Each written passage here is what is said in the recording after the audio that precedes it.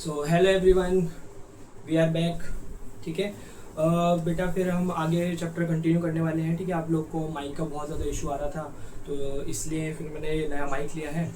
इस वीडियो में देखते हैं, अगर आपको कुछ इशू आता है तो मेरे को ज़रूर बताना। ठीक है, तो आज हम बेटा पढ़ने वाले हैं इस चैप्टर में आगे topics what is saturated solution और व्हाट इज़ अनसैचुरेटेड सॉल्यूशन। तो आइए जल्दी से पढ़ना स्टार्ट करते हैं। ठीक है, आई होप बेटा आपने पुरानी वीडियोस देखकर ही आप यहाँ पर आए होंगे। अगर आपने पुरानी वीडियोस नहीं देखी हैं तो जल्दी से पहले उन्हें जाके देखो, क्योंकि उसमें बेटा एक टॉपिक था कंसंट्रेशन, जो कि बहुत बहुत बहुत ज़्यादा इंपॉर्टेंट है। ये सब मैंने करा दिया है आपको, क्वेश्चन प्रैक्टिस भी कराए थे। सॉल्युबिलिटी, शायद सॉल्युबिलिटी से पढ़ना स्टार्ट करें। ठीक है, तो आज हमारा बेटा टॉपिक है what is solubility and what is saturated solution and what is unsaturated solution। ठीक है, ये क्या होते हैं ये हम आज पढ़ने वाले हैं। तो स्टार्ट करते हैं बेटा। what is the meaning of solubility, आखिरकार solubility का मतलब क्या होता है। देखो अगर बेटा मान लीजिए मैंने एक ग्लास लिया है और मैं इस ग्लास के अंदर शुगर को घोलना चाहता हूँ, मैं इस ग्लास के अंदर पानी को घोलना चाहता हूँ। ठीक है, अब बेटा मैंने क्या करा, इस पानी को मान लीजिए मैंने बेटा इस पानी को 100 ml लिया है। कितना ml लिया है बेटा? 100 ml लिया है। ठीक है, और मैं इसके अंदर डाल रहा हूँ शुगर डाल। अब मैंने बेटा इस ग्लास के अंदर 1 चम्मच शुगर डाला। कितना चम्मच डाला बेटा? 1 चम्मच शुगर डाला, और ये 1 चम्मच इस पानी में जाके इजीली डिसॉल्व हो गया। फिर मैंने क्या करा बेटा, इसके अंदर 2 चम्मच शुगर डाला, 2 चम्मच भी डिसॉल्व हो गया। मैंने इसके अंदर बेटा 3 चम्मच शुगर डाला, 3 चम्मच भी डिसॉल्व हो गया। लेकिन जैसे ही बेटा मैंने इसके अंदर जैसे ही बेटा मैंने इसके अंदर चौथा चम्मच डाला, तो ये इसके अंदर जानने से मतलब जैसे मैंने इसके अंदर चौथा चम्मच डाला तो वो इस ग्लास के अंदर डिसॉल्व नहीं हुआ। फर्स्ट डिसॉल्व हो गया, सेकंड डिसॉल्व हो गया, 3 चम्मच डिसॉल्व हो गया, लेकिन जैसे मैंने 4th स्पून डाला है इसके अंदर तो वो डिसॉल्व नहीं हुआ। तो सॉल्युबिलिटी क्या होता है बेटा कि एक गिवन अमाउंट ऑफ सॉल्वेंट के अंदर मैक्सिमम कितना सॉल्यूट डिसॉल्व हो सकता है, इसी को हम बोलते हैं सॉल्युबिलिटी। जैसे यहाँ पे जो ग्लास है इसके अंदर भाई मैक्स टू मैक्स 3 चम्मच आपका चीनी डिसॉल्व हो सकता है। ठीक है, जो 4th स्पून है वो आपका डिसॉल्व नहीं हो सकता। तो हम क्या बोल सकते हैं भाई, इस ग्लास में मैक्स टू मैक्स कितना चीनी डिसॉल्व होगा बेटा? 3 गिलास। तो ये इसकी क्या है? सॉल्युबिलिटी। क्या लिखा है देखो, the maximum amount of solute. What is बेटा सॉल्यूट एंड सॉल्वेंट? मैंने पुरानी वीडियो में बता रखा है। ठीक है, कि भाई कितना मैक्स टू मैक्स कितना सॉल्यूट डिसॉल्व होगा in a fixed quantity of solvent. जैसे कि मैंने भाई यहाँ पे सॉल्वेंट जो लिया है वो पानी है, वो मैंने 100 ml लिया। अब इस 100 ml के अंदर कितना मैक्स टू मैक्स हमारा सॉल्यूट डिसॉल्व हो सकता है, इसी को बेटा अपन क्या बोलते हैं? सॉल्यूबिलिटी। लेकिन जब भी बेटा आप सॉल्युबिलिटी निकालते हैं तो एक चीज का ध्यान रखें कि यहाँ पे जो हमारा टेम्परेचर है वो कैसा रहता है बेटा? फिक्स्ड रहता है। फिक्स्ड मतलब जैसे बेटा मान लीजिए हम इस ग्लास के अंदर जब चीनी डिसॉल्व कर रहे थे तो हमारे आसपास का टेम्परेचर है लगभग वो कितना है? 37 डिग्री सेल्सियस। कितना है? 37 डिग्री सेल्सियस। आपको टेम्परेचर बिल्कुल भी चेंज नहीं करना है, आपको इसी टेम्परेचर पे आपको इस ग्लास के अंदर जो चीनी आप डाल रहे हो वो इसी टेम्परेचर पे डालना है, आपको बिल्कुल भी टेम्परेचर चेंज नहीं करना है। तो आप पता कर सकते हो कि भाई इस ग्लास के अंदर कितना max to max sugar dissolve हो सकता है, और इसी को हम क्या बोलते हैं? सॉल्युबिलिटी। आई थिंक आपको ये चीज समझ में आ गई होगी। ठीक है, नोट्स आप इसमें बना लीजिए। आगे चले बेटा। ठीक है, तो आप स्क्रीनशॉट ले लेना, मैं आगे चल रहा हूँ। नेक्स्ट बेटा बात करते हैं अपन what is saturated solution. Saturated solutions क्या होते हैं? सैचुरेटेड सॉल्यूशन बेटा ऐसे सॉल्यूशन होते हैं जिसके अंदर शुगर डिसॉल्व नहीं हो पाती है। ठीक है, या अपन बोल सकते हैं जिसके अंदर और सॉल्यूट डिसॉल्व नहीं हो पाएगा। फॉर एग्जाम्पल बेटा जैसे यहाँ पे आप देख रहे हो, यहाँ पे हमने एक बीकर लिया है, इसके अंदर बेटा पानी पड़ा है। ठीक है, और इसके अंदर हम शुगर डाल रहे हैं। अब जैसे ही बेटा हमने इसके अंदर शुगर डाला, शुगर क्या है भाई? सॉल्वेंट है। तो जैसे ही बेटा मैंने इसके अंदर शुगर डाला तो शुगर इसके अंदर डिसॉल्व ना होकर इसमें बीच में कलेक्ट होने लग गया। यहाँ पे जैसे आप इसमें देख पा रहे हो, इसमें हमारा जो शुगर है वो डिसॉल्व नहीं हो पा रहा है। तो ऐसा सॉल्यूशन भाई जिसके अंदर सॉल्यूट डिसॉल्व नहीं हो पाता है उसको बेटा अपन क्या बोलते हैं, सैचुरेटेड सॉल्यूशन। क्या लिखा है, एक ऐसा solution, a solution that can not dissolve any more solute at that temperature is called saturated solution. वही बात है कि भाई मैंने एक बीकर लिया है, बीकर में पानी है, मैंने इसमें 1 चम्मच शुगर डाला तो ये डिसॉल्व हो गया, 2 चम्मच डाले वो डिसॉल्व हो गया, 3 चम्मच डाले वो डिसॉल्व हो गया, लेकिन जैसे ही मैंने इसके अंदर 4th चम्मच डाला है तो उसने डिसॉल्व होने से मना कर दिया। अभी जो 4th चम्मच है भाई ये डिसॉल्व नहीं हो रहा है, तो जो मैंने 4th चम्मच चीनी डाली है बेटा वो इसमें कलेक्ट होना स्टार्ट हो गई, वो अब इसके अंदर डिसॉल्व नहीं पड़े, मतलब ये सॉल्यूशन किस में कन्वर्ट हो गया है, हमारा सैचुरेटेड। अब इसमें और सॉल्यूट डिसॉल्व नहीं हो सकता है, this is called a saturated solution. ठीक है, इसको भी लिख दीजिए। नेक्स्ट नेक्स्ट बेटा होते हैं हमारे अनसैचुरेटेड सॉल्यूशन। अनसैचुरेटेड सॉल्यूशन क्या होते हैं बेटा, ये जस्ट हमारे अपोजिट होते हैं सैचुरेटेड सॉल्यूशन के, एकदम ही अपोजिट होते हैं हमारे कौन, सैचुरेटेड सॉल्यूशन। ठीक है, अनसैचुरेटेड सॉल्यूशन क्या होते हैं बेटा, ऐसा सॉल्यूशन जिसके अंदर और सॉल्यूट डिसॉल्व हो सकता है, जिसके अंदर और सॉल्यूट डिसॉल्व हो सकता है, ऐसे सॉल्यूशन को बोला जाता है अनसैचुरेटेड सॉल्यूशन। जैसे कि यहाँ पे हमने एक बीकर लिया है और मैं इस बीकर के अंदर शुगर डाल रहा हूँ, मैं इसका ये कलर चेंज कर लूँ, मैं इसके अंदर बेटा डाल रहा हूँ शुगर डाल रहा हूँ। जैसे ही बेटा मैंने इसके अंदर शुगर डाली तो ये शुगर इसमें जाने के बाद क्या हो गई, डिसॉल्व हो गई, घुल गई, जाके डिसॉल्व हो गई। अगर बेटा आपके सॉल्यूशन के अंदर आपके जो सॉल्वेंट है उसके अंदर अगर चीनी डिसॉल्व हो रही है तो ये सॉल्यूशन कौन सा है, अनसैचुरेटेड। ठीक है, जैसे कि जब तक हम इसके अंदर फर्स्ट स्पून डाला डिसॉल्व हो गया, सेकेंड स्पून डाला डिसॉल्व हो गया, तीसरा चम्मच डाला वो भी डिसॉल्व हो गया, मतलब जब तक इसके अंदर शुगर डिसॉल्व हो रही है तब तक ये सॉल्यूशन कहलाएगा अनसैचुरेटेड। और जब बेटा इसमें ये शुगर डिसॉल्व होना बंद कर दिया, जो हम चौथा चम्मच डाल रहे थे, तो अब ये कन्वर्ट हो गया किसमें, सैचुरेटेड। तो this is the very important topic of saturated and unsaturated solution. Saturated क्या है, जिसके अंदर हमारी शुगर डिसॉल्व नहीं होगी, और जबकि अनसैचुरेटेड क्या है, जिसमें चीनी डिसॉल्व हो सकती है। ठीक है, तो ये एग्जाम में पूछा जा सकता है आपके 1-2 मार्क्स के अंदर। नेक्स्ट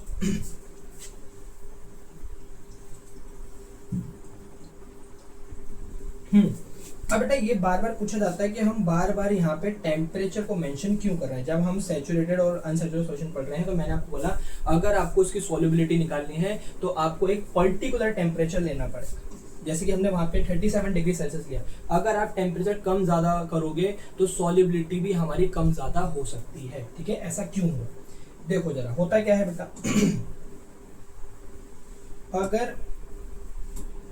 अगर बेटा आप टेम्परेचर बढ़ाते हो, ठीक है, सॉल्युबिलिटी देखो, सॉल्युबिलिटी क्या है कि मैक्स टू मैक्स कितना सॉल्यूट डिसॉल्व हो सकता है सॉल्वेंट के अंदर।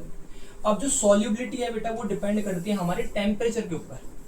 मतलब कि जैसे बेटा मान लो मैंने यहाँ पे ग्लास ले रखा है, ठीक है, और यहाँ पे मैं यहाँ पे टेम्परेचर है 37 डिग्री सेल्सियस, और मैं यहाँ पे ग्लास ले रहा हूँ, उसका जो टेम्परेचर है वो मैं ले रहा हूँ अराउंड 50 डिग्री सेल्सियस।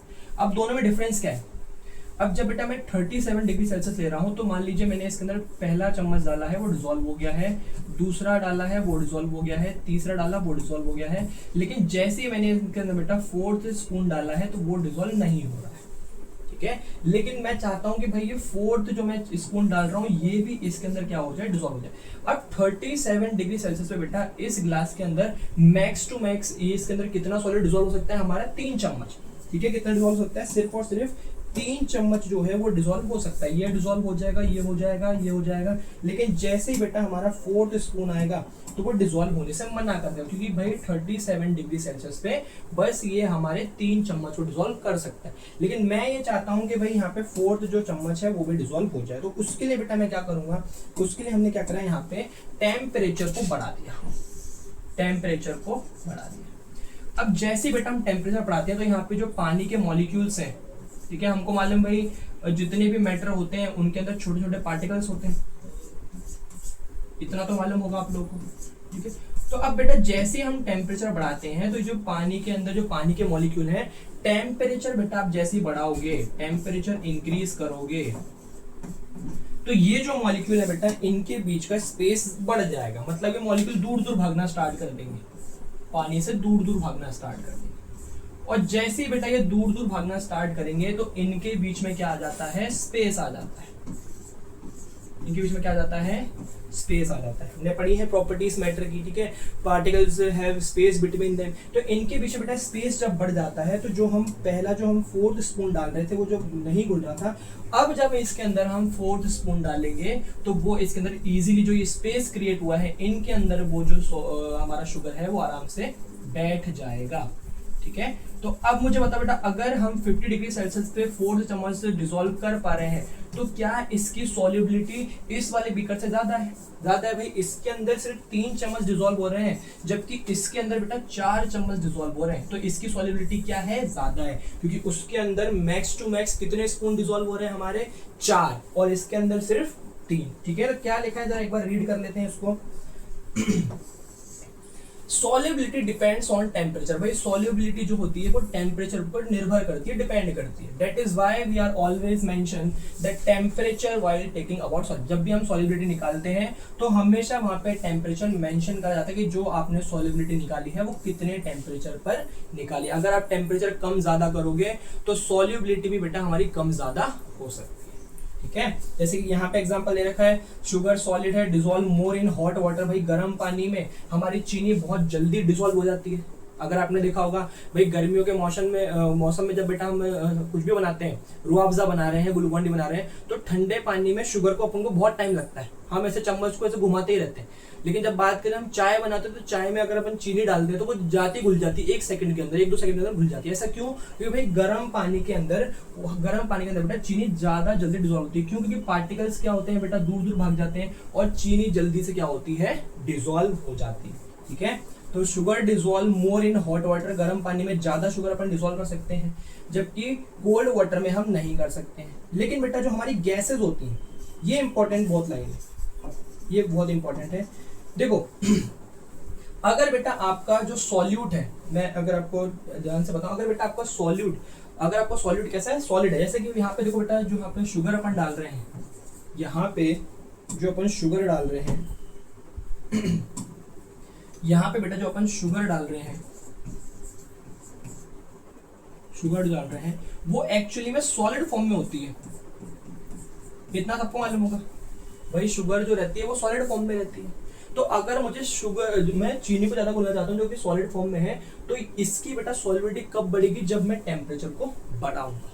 लेकिन बेटा हमें मालूम है कि जो गैसेज होती हैं, गैसेज को भी हम पानी के अंदर डिसॉल्व कर सकते हैं। सर कहाँ करते हैं? अगर बेटा आप कोल्ड ड्रिंक्स वगैरह पीते हो तो जैसे हम कोल्ड ड्रिंक्स की बोतल को ओपन करते हैं तो उसमें करके साउंड आता है, वो किसका साउंड होता है बेटा, वो गैस का साउंड होता है। मतलब हमारे लिक्विड्स के अंदर गैस भी डिसॉल्व हो सकती है।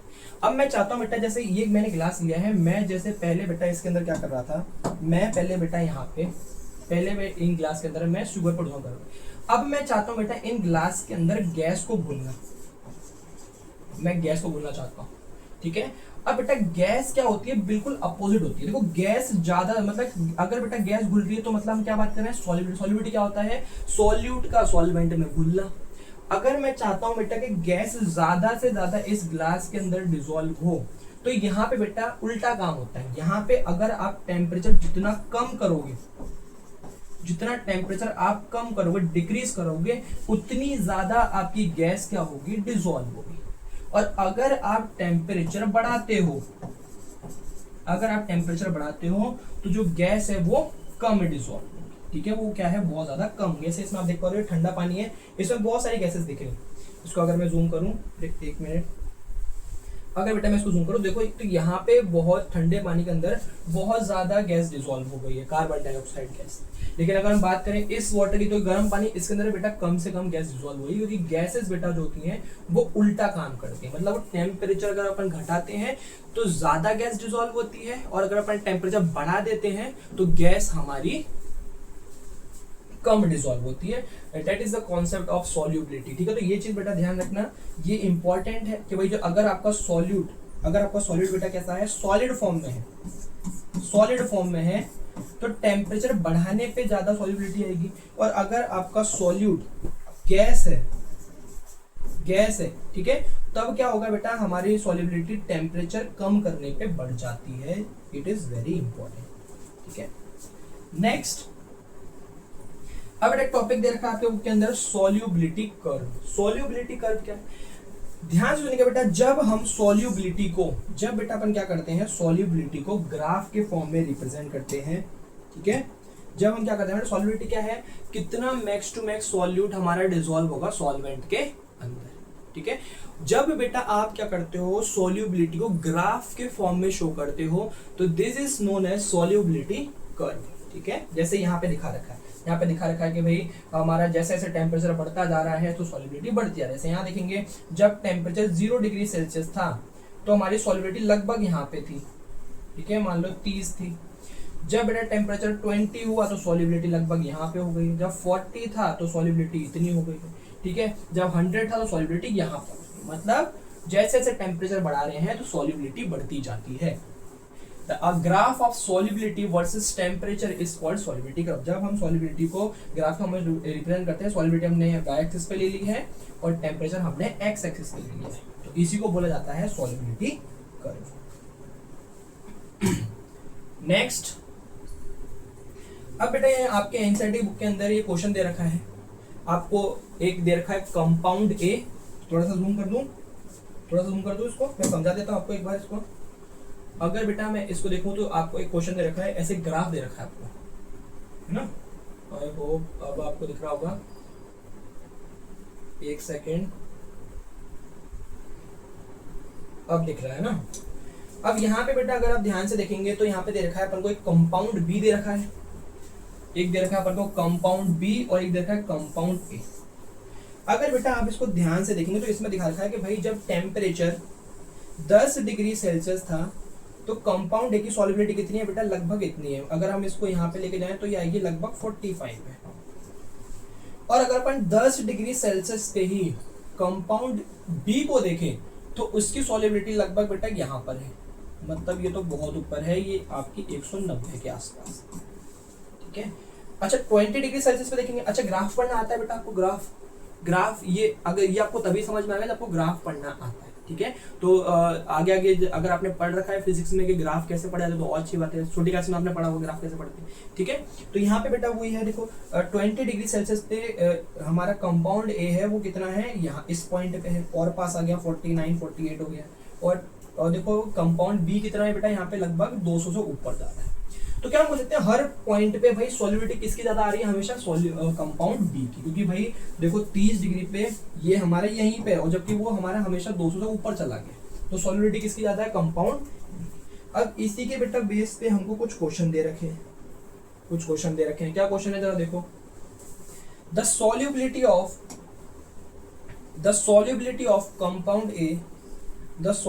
Of compound A in water at 20 degree Celsius. अगर हम कंपाउंड ए की सॉल्युबिलिटी देखें 20 डिग्री सेल्सियस पे तो लगभग वो यहाँ पर है।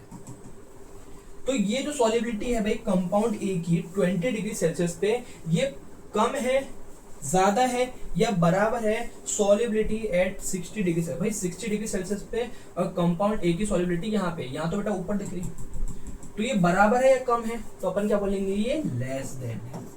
क्या है ये, लेस देन। अच्छा, the solubility of compound B की 20 डिग्री सेल्सियस पे ये रही, is more than similar to its solubility at 60। भाई कंपाउंड बी की सॉल्युबिलिटी 20 डिग्री और 60 डिग्री पे क्या है, कम है, ज्यादा है या बराबर है, तो भाई इसमें भी क्या है, भाई लेस देन, तो यहाँ पे भी क्या आ जाएगा हमारा लेस देन। फिर क्या दे रखा है बेटा, फिर दे रखा है the solubility of increases more than that of with an increase in the temperature. भाई सॉल्युबिलिटी किसकी ज्यादा है, कंपाउंड बी की ज्यादा है, जैसे जैसे हम टेम्परेचर बढ़ा रहे हैं compound B increases more than that of compound A से ज्यादा है, ठीक है, कंपाउंड ए से ज्यादा है with an increase in the temperature. जैसे जब टेम्परेचर बढ़ा रहे हो तो सॉल्युबिलिटी कंपाउंड बी की इंक्रीज हो रही है मोर than that of compound A with an increase in the temperature. यहीं पे बेटा ये वीडियो समाप्त होती है, ठीक है। आई होप आपको यहाँ तक कोई भी दिक्कत नहीं आई होगी और आपको ऑडियो भी बहुत अच्छे से सुनाई दे रहा होगा, ठीक है। अब इसके बाद बेटा हमारे लगातार one of the most important topic है ऑफ दिस चैप्टर, सबसे ज्यादा हाई वेटेज चैप्टर है ये, फर्स्ट टाइम हमारे 9th क्लास के अंदर आए हैं। क्या चैप्टर है बेटा कि जो हमारे होमोजेनस मिक्सचर होते हैं। अब आपको पहले मालूम होना चाहिए कि होमोजेनस मिक्सचर क्या होता है, ठीक है। तो उसके लिए आप पुरानी वीडियोस देखिए जाके। अब होमोजेनस मिक्सचर को बेटा कैसे अपन को सेपरेट करना है, कैसे अलग अलग करना है, तो इसकी बहुत सारे प्रोसेस हैं जो मैं अभी नेक्स्ट वीडियो में लेकर आने वाला हूँ, ठीक है। बहुत इंटरेस्टिंग वीडियोस आने वाली हैं आपके लिए, तो चैनल को जल्दी से बेटा सब्सक्राइब करिए ताकि जल्दी से जल्दी हम और वीडियोस आपके लिए लेकर आए, ताकि हमको भी थोड़ा सा मोटिवेशन मिले। तो आज का लेक्चर यहीं समाप्त होता है।